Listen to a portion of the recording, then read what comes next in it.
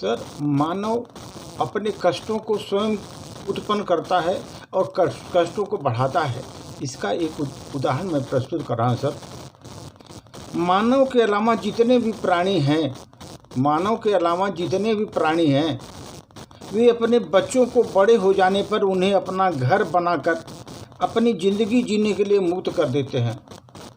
मानव के अलावा जितने भी हैं, सब उन्हें मुक्त कर देते हैं ज़िंदगी जीने के लिए।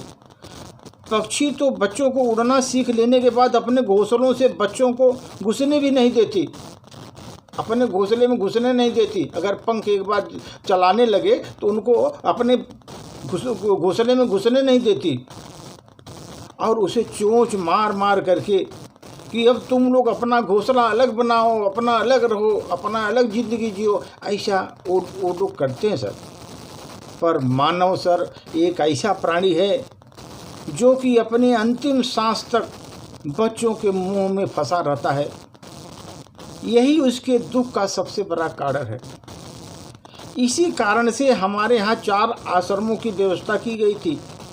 उसमें से वानप्रस्थ और संन्यास आश्रम तो एकदम गायब हो गया है। मान लिया कि व्यवहारिक शारीरिक रूप से आप इसे नहीं कर पाते, पर मन से तो कर सकते हैं। आज स्थिति यह है सर कि आप गृहस्थ जीवन में माया में लिप्त नहीं होते, उससे ज़्यादा जैसे जैसे आपकी उम्र बढ़ती जाती है उतना ही माया में लिप्तता बढ़ती जाती है।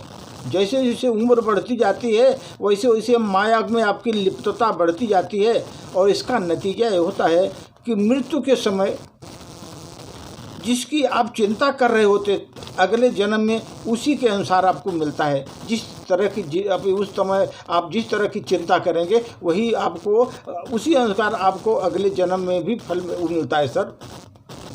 आज उम्रदराज लोगों को समझ में अच्छी तरह आ गया है कि सामाजिक दूरी बनाए रखने से ही हम लोग कोरोना में बच पाए। कोरोना सर ऐसा था कि सामाजिक दूरी बनाओ, एक दूसरे से दूर रहो, जितना दूर रहो उतना अच्छा था।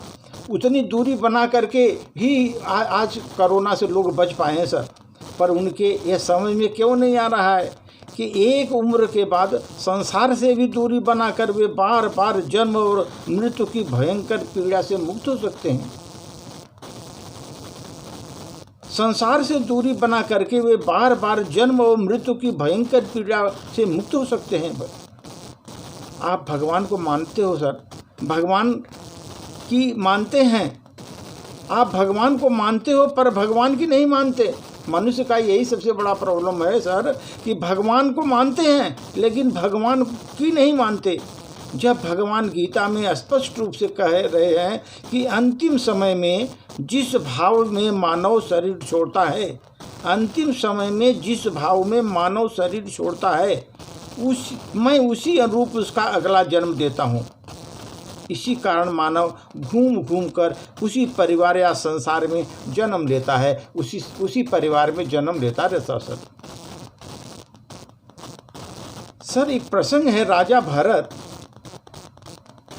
अंतिम समय में अपने जो उन्होंने एक मृग पाला था, मृग के बच्चों को पाला था, उसकी चिंता थी सर। उस समय अंतिम समय में अपने मृग के छोटे बच्चे की बड़ी चिंता थी सर। मरने के बाद भी मृग शावक का क्या होगा यही सोचते थे वो। यही कारण था कि अगला जन्म में वो मृग योनि में ही पैदा हुए भरत सर, मृग योनि में पैदा होने पड़े। इसीलिए सर आदमी को जितना भी निश्चिंत रहेंगे, जितना दूरी संसार से बना कर रखेंगे, एक लिमिट तक आप बच्चों को संभालिए। इसके बाद बच्चों को खुद आगे बढ़ने दीजिए, उनको अपना रास्ता खुद चुनने दीजिए। आप लास्ट तक जो है वही आप माने मोह माया में पड़े रहेंगे तो आगे बढ़ नहीं पाएंगे। आपका भी जो है अगले जन्म में वही हालत होगी, उसी तरह फिर आप उसी में जन्म लेंगे और आपका जो है इसी प्रकार क्रम चलता रहेगा सर। धन्यवाद।